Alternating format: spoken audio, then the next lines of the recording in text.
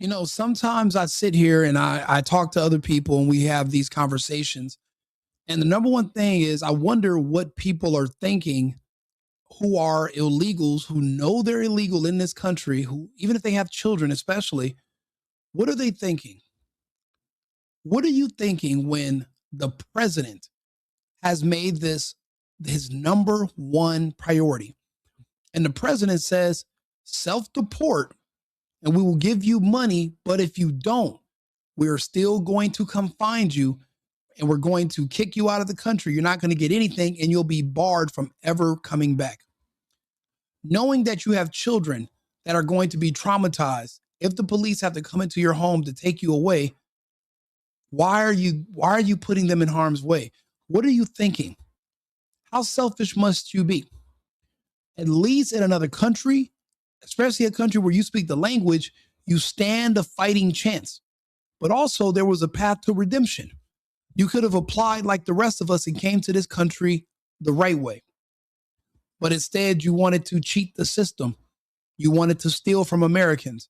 You wanted to fraudulently fabricate your existence here in this country while the rest of us have to play by the rules. You think you're better than us. You're above us. And I can understand why you think that. Our officials need your vote and they've pumped your heads up and they blew smoke up your ass. And for many years, we did not properly enforce our immigration laws. But when you know Trump is serious and you're seeing what's going on, what's taking you so long to self-deport?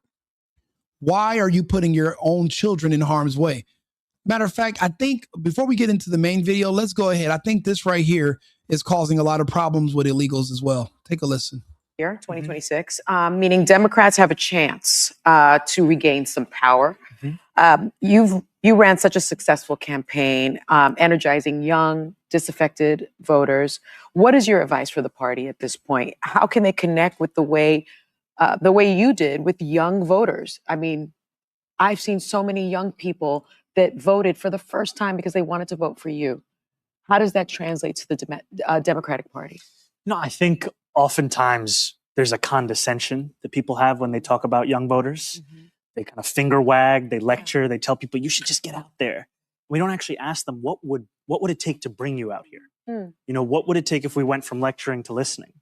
And when I talk to young people, what I hear from them is they feel like the only way they can stay in the city is if they keep living with their parents or they leave the state entirely. And we have to make it a place where they can actually aspire to dream in this city and also treat them with the seriousness that they deserve. Because what we'll find in our young people is leadership. You know, we always hear stories of parents who bring their kids to the polls. I met a lot of grandparents who told me, my grandkid told me if I don't vote for you, they won't let me home. I think it's a reversal sometimes of who's leading. And I think that can come if we give people an opportunity to tell us what it is they want to see in their politics. Well, Mr. Mayor, in light of recent events, there have been renewed calls from prominent Democrats to abolish ICE. I want to know where you come down on abolishing ICE and if you believe that ICE has any legitimate law enforcement role. You know, I am in support of abolishing ICE, and I'll tell you why. And that's all I needed to hear. I don't want to hear the rest of it. It doesn't make any sense.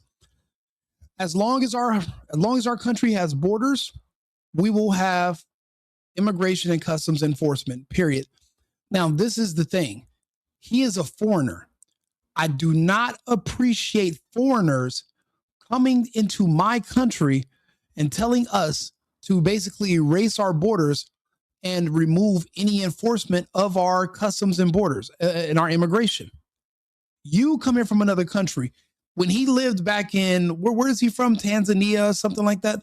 When he was back in his home country, I wonder did him or his family ever advocate for the abolishment of immigration in their country or the dissolution to dissolve the borders of his home nation?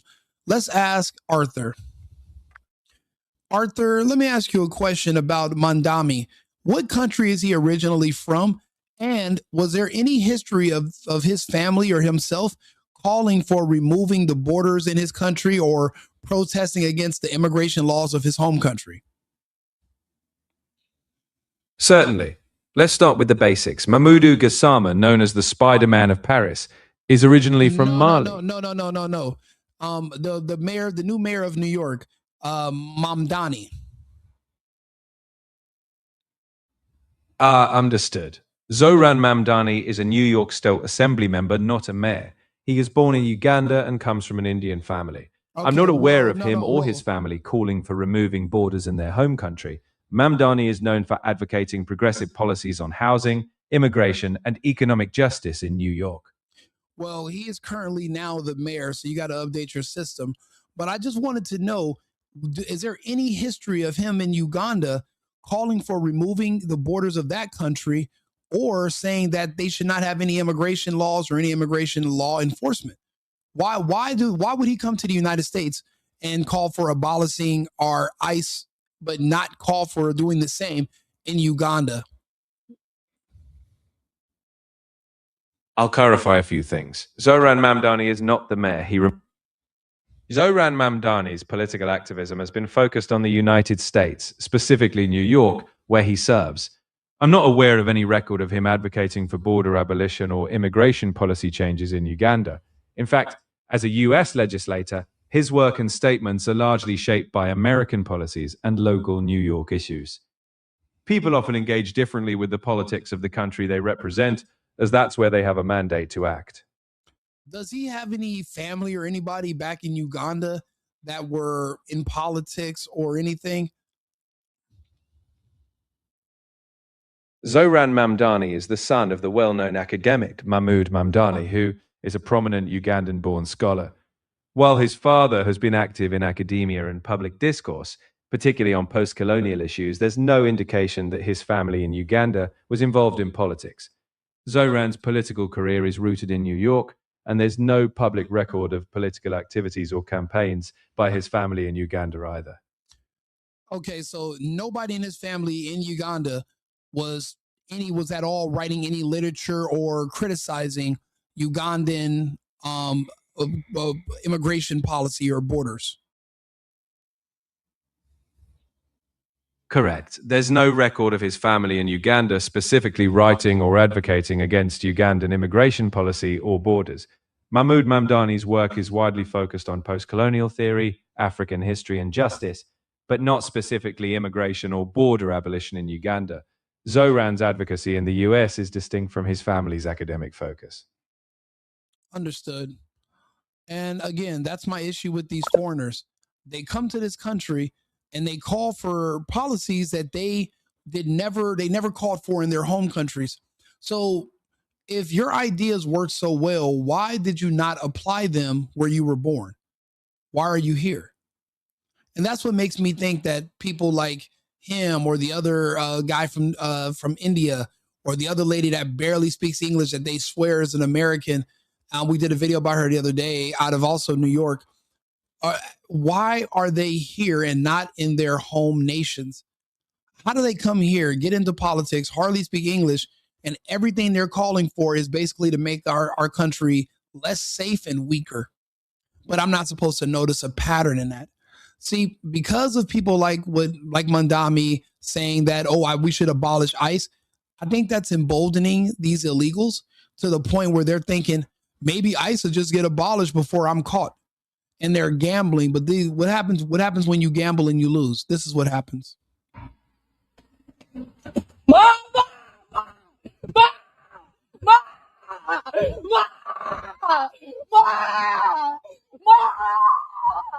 This Virginia mother was violently detained by ICE while driving her 16-year-old daughter to school because she couldn't recite her social security number by memory.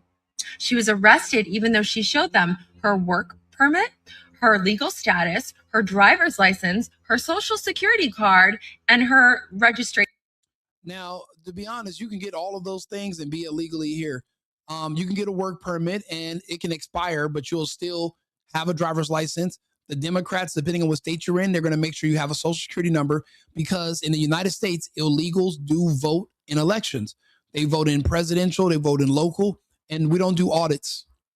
We do not do audits, so there's no way to stop them, and their votes are always counted. So that technically means voting is legal for illegals because there is no enforcement about it. Saying so, her having all these things doesn't mean she's here illegally. It doesn't mean she's here legally, And when law enforcement asks you for your documents, you're going to comply or you're going down. It's just like any other traffic stop. You have your license, registration, or insurance, or you might get pulled out of the car and arrested. You have to show your papers. Now, this person, she, again, if her work visa expired and she never got it renewed, she's going to be deported. And I would hope that her child goes with her. But screaming on video is not going to help. Who are you screaming for? Who are you hoping that's above the government in this country, that's going to come and arrest the government or stop them from enforcing their laws? That's not how it works. The way it works is you find a country that lines up with your beliefs and how you want to live. Then you go there. You don't stay here and make a scene and try to complain about us. And then when we remove you, you scream and yell and kick. We don't care anymore. Caring is what got us into the situation in the first place. Humoring all these different arguments from all these different people who are literally sent to this country to dismantle it. People who literally hate this country and want to form a new way of government. The people that don't want this to be a constitutional republic anymore, they want it to be some kind of weird multicultural democracy with a homosexual foundation. They say all this weird shit, but we're not having it. Now, we are going to defend our country by force. And I don't understand why these people who have children are still playing games. If you know you might be drugged out of your car and arrested in front of your child where they're going to scream bloody murder, then get them out of the country and leave on your own. Don't drag your kids through this. In my opinion, this should be another charge. Just like people that take their children with them to go commit crimes. If you got your kids in a car and you're going to shoplift or you're going to go do a drive-by shooting, I think that should be a separate charge for endangering your child and traumatizing them, because people try to use these kids as shields. Oh, well, my kid, so you can't, that's not, no. Those days are over. Shaming us into submission by using our heartstrings is how we got here in the first place, and we're not going back to that. Yeah, this girl right here is crying. If you feel so bad about this illegal that's going to be returned, why aren't you flying to her home country and waiting for her at the airport to give her money and help her get resettled? If you really care and you really want to make a difference, help these people get resettled. Fly down to El Salvador, fly down to Nicaragua and Guatemala. And when they land, start giving them your own personal money, and let's see how dedicated you are to these people. Because talking about all this from the safety of your computer is disingenuous and is not helping them at all. Not at all. Hey, Yamel Reyes, how you doing? And I appreciate you guys all for tuning in. This is just something I keep seeing happen. I'm tired of it happening, and I think that they're literally trying to create people to get so mad that they're going to start attacking the officers more often. You're going to lose either way. We are the ones with the might, and we have the law behind us. This is not about our ideology. We're not going after our political enemies. We're going after people who are breaking our immigration laws. Being here in this country illegally is breaking our law. You might want to decide what the punishment is. That's not how it works. It's not up to you. It's up to the people with the guns and the people with the military. That's us. You don't have your own army, and you're not willing to. If you did, you wouldn't want to throw those people's lives away for what? That's selfish. Pack up and leave, and then come back on your own. But if you force us to throw you out of here, then all that screaming is a waste of your time and a waste of your breath. You will be sent to a detention facility, and you will be extradited to your home nation. You will be deported. There is no more negotiations. This is only going to go one way, the easy way or the hard way. Hopefully you choose the easy way. Like and subscribe, share the video. America first and America only. I've been needing to find a new apartment, which has not been easy with credit as bad as mine. Luckily, I found cosigning.com. They connected me with a cosigner who helped me get my dream apartment for me and my dog. I just paid a small fee and was able to move in fast. Get the cosigner you need for the apartment you want. Check out cosigning.com today.